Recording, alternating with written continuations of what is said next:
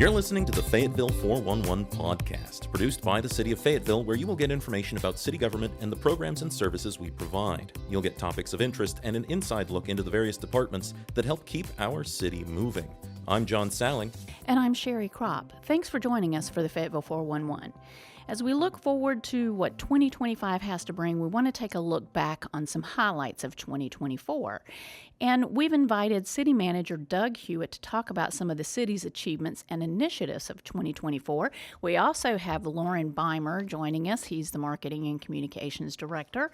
Thank you both for joining us today. I hope you had a wonderful Christmas holiday. And it has been amazing so far.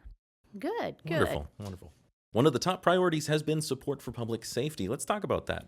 What are we looking at in this most recent year? Well, it's been an amazing time for the city of Fayetteville over the last several years.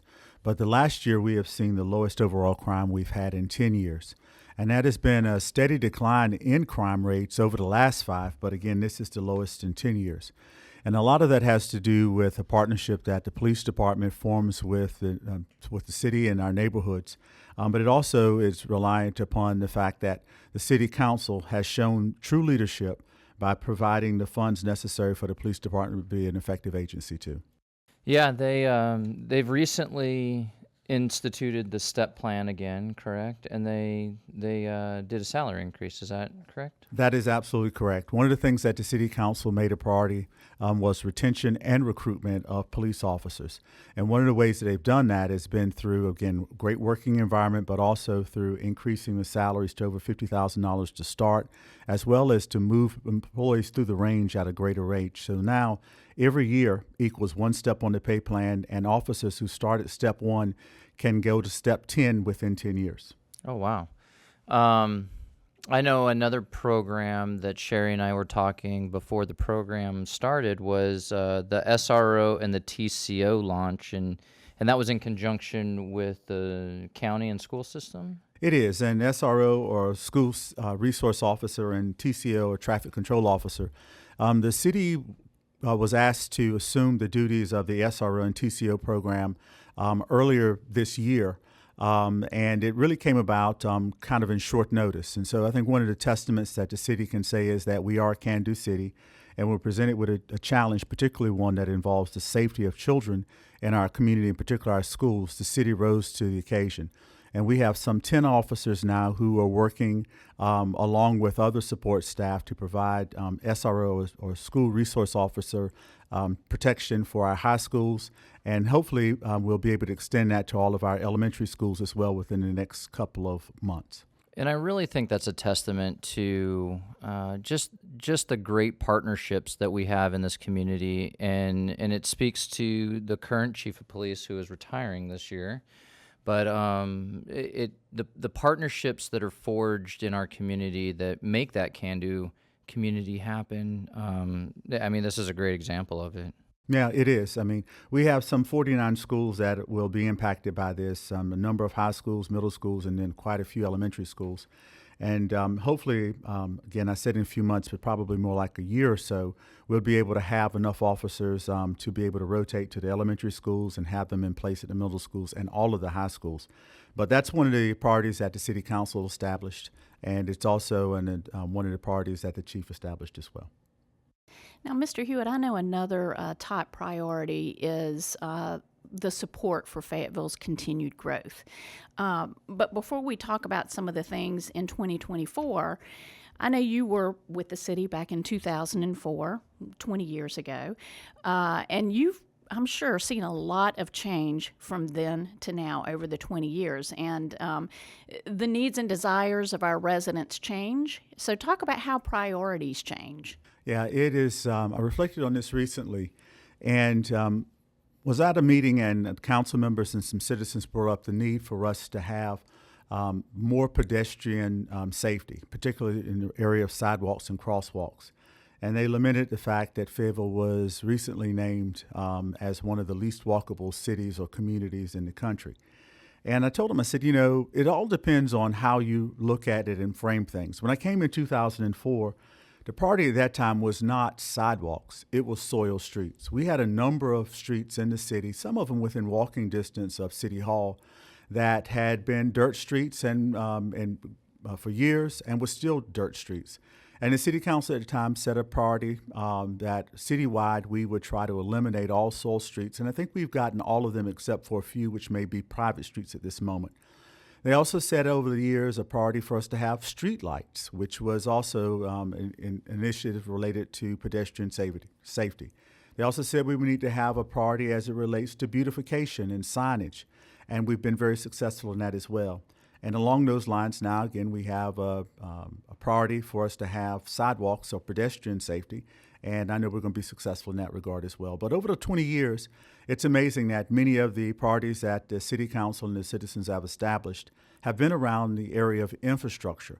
But we've been able to be very successful in that, but we've also been very able to transform our community. Again, looking at the partnerships we have with the school system, the partnerships we have with higher education, the partnerships we have with Fort Liberty, and again, the partnerships we have with the county as well. But we've really transformed the community in the last 20 years. And I know as we speak about infrastructure, we've got a lot of, sidewalk projects. Stormwater has received numerous grants for stormwater improvements. Talk about some of those.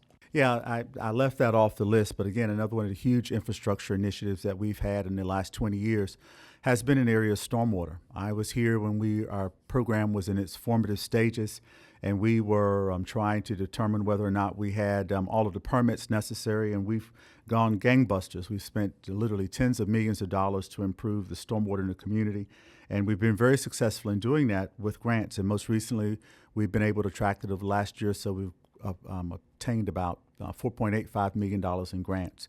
And again, I think that's a real testament to the city council and the staff of prioritizing those needs and also looking for additional funding too.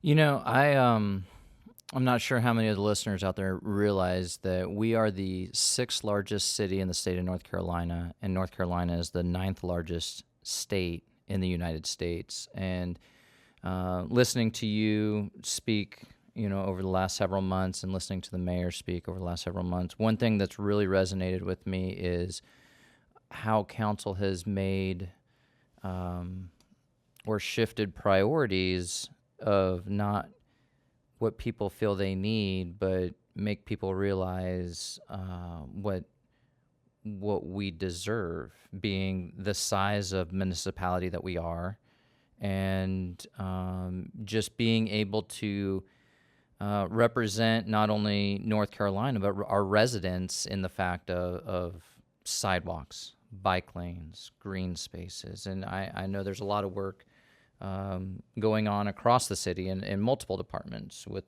regards to that. Yeah, absolutely. And Lauren, this is always, like to give kudos to you and your team in particular. Our brand is the Can-Do City. But as we were preparing that a few years ago, one of the things we realized when we talked to our residents is that our residents had a lower opinion of themselves and our community than people who were visitors to our community. And it was kind of like the old adage, we deserve nice things.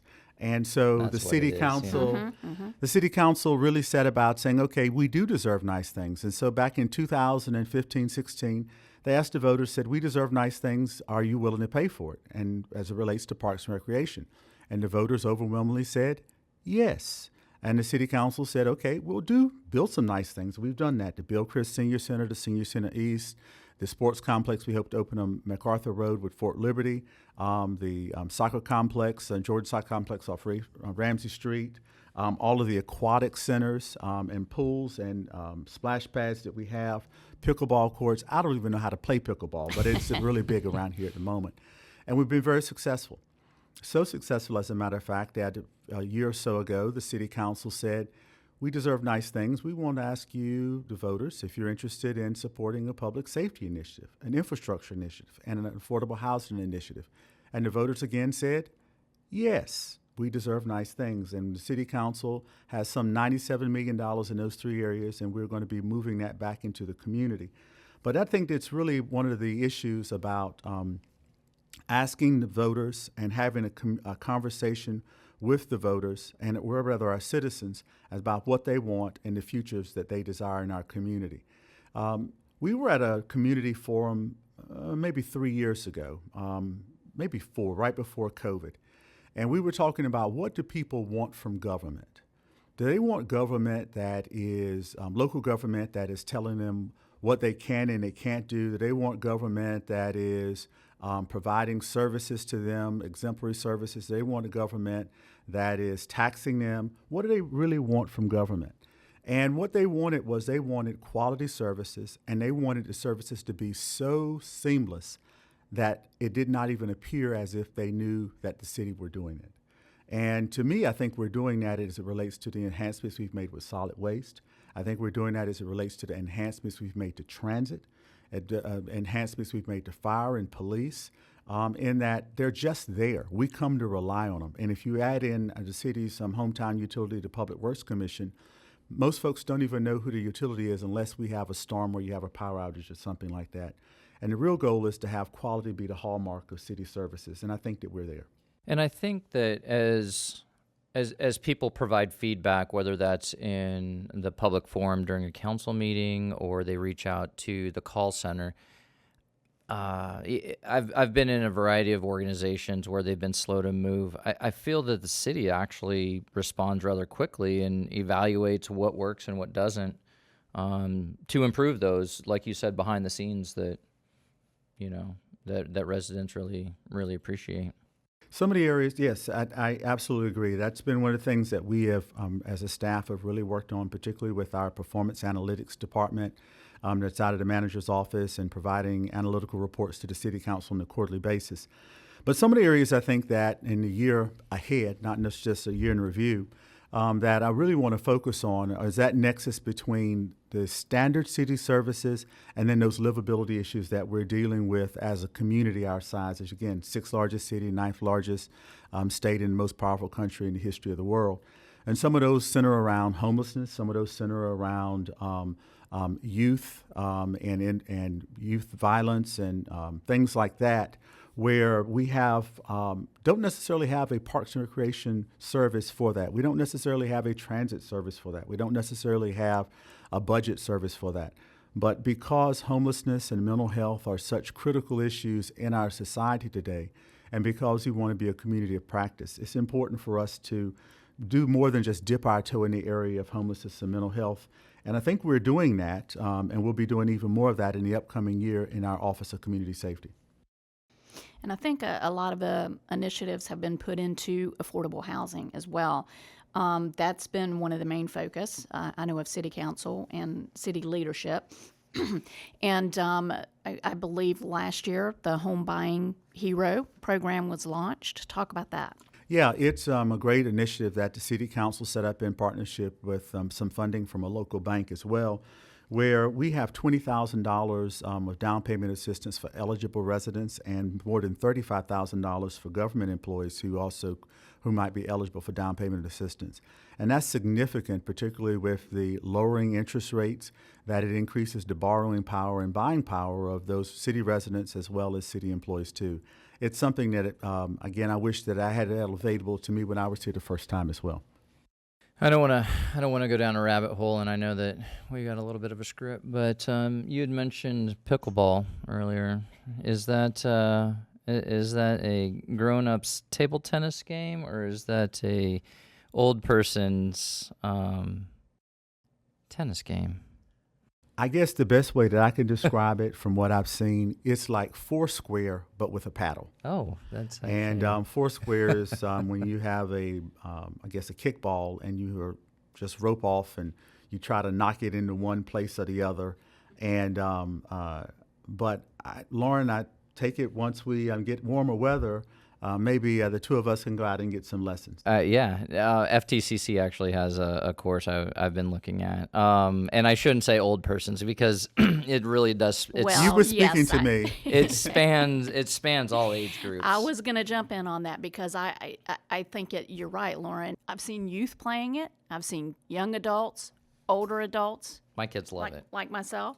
So when you say old, I'm sorry. I know. I'm sorry. Don't work it off to just one group. Don't Everybody's say out there. We love pickleball. And now we've recently celebrated as well a ribbon cutting out at our airport for some of the work that we've done out there that's completed kind of an accumulation of projects over time here, and we've got more to come. Can you talk some about Absolutely. I don't know how I didn't include that in the initial year in review. Again, talking about infrastructure. Over the last 5 years, we have invested more than $60 million at the Fayetteville Regional Airport. Really the largest investment we've made since the airport facility opened. But we finished phase 3.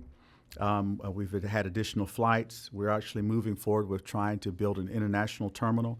And if money and funding comes from the Trump administration in the near future, we hope to also be able to do some additional work as a car rental facility and maybe some either additional expansion for business opportunities at our airport as well. As you know, it has more than an $813 million economic impact in our region alone. And it's just amazing to think that that is a city-owned and operated municipal airport, and it's just simply amazing. And some funding like that being so important in pushing forward some of the development that we're talking about. So we mentioned some of the grant money that came in for stormwater projects. We've also got some electric buses on the way. Yeah, it's I jumped into the EV market head first. I have an electric vehicle, and I love it, and I cannot wait for us to get our electric buses here. The city of Fayetteville has been a leader in alternative fuel vehicles for some time. And with the addition now of the electric buses and electric bus charging stations, which are being installed now, I think we'll continue to be a leader. And it also dovetails into the fact that we're working on an updated sustainability plan that we hope will also provide funding for additional enhancements as it relates to our transit operations as well as city operations. Well, I feel like there's so much that has been achieved during 2024. I know we didn't talk about everything, but what do we have to look forward to for 2025? Well, very early in 2025, you're going to see a report to council and the community about how we're going to fulfill the council's interest in standing up an Office of Community Safety. Right now, we are getting ready to onboard at least 2 employees who will hit the ground running based on their skills and experience. And they'll be focused on areas in addition to homelessness, mental health, youth violence, and gang prevention, but also looking and talking to the community about other services they want. But that has been a long time in coming. And again, I think that really speaks to, again, how the city has to look beyond just saying we are here for basic city services, that we're also here about livability and also the overall safety of our community too. And we've got some Parks and Rec projects that are already underway and are due to be completed the first part of the year. Absolutely. We hope to be able to cut the ribbon on the Mabel Smith Recreation Building sometime later this spring or early summer. Work was underway at our tennis facility, which will add 13, I think it is, courts to our inventory of tennis courts, along with a tennis training facility. The Orange Street School, a historic school, will be opened and renovated, and work continues on the Hurley Plaza and on the Beth Finch Park, the Emoji Wall. We're also moving forward with the second phase of the Veterans Park, which is in downtown. And for a lot of our listeners as well, we are finally going to hopefully be able to break ground in February or March on the next phase of the Cape Fear River Park as well. So I think we're going to be firing on all cylinders in 2025. But if 2024 is any indication, we'll be just as successful in 2025. One thing that wasn't mentioned that I think is extremely important, because you brought the Parks and Rec bond up earlier, was the MacArthur Road Sports Complex. It's a pretty large undertaking, not just with the city of Fayetteville, but also with Fort Liberty. Is there anything that you'd like to add as we roll into 2025? Yeah, we are moving as quickly as we can with that. And thank you for your help and others, your relationships that you have with Fort Liberty. We've been able to get an extended agreement for a lease of the land there that will allow us to develop, I think it's 83 or 87 acres, and to build a number of baseball fields and diamonds there. We hope to be able to start clearing the lot and setting it up for construction again sometime in 2025. This is the last major project, and I think it's probably going to be one of the most exciting ones that we have, because It is not only designed to provide support for local baseball enthusiasts, it's also meant to be a tourist and economic driver as well, for hopefully being able to host tournaments regionally and maybe even statewide once we get that project completed, hopefully in 2026. Yeah, and that just goes back to what we were talking about before with partnerships. I mean, it's not just the city of Fayetteville. There's an NCDOT flavor. There's a Fort Liberty flavor. There's a distinctly Fayetteville interest. The sports commission, to bring those state level tournaments and everything here. So I'm excited for that. And it has really put a lot of work on my plate. Thank you. Yeah. But no, I'm really excited to see that break ground and get moving forward.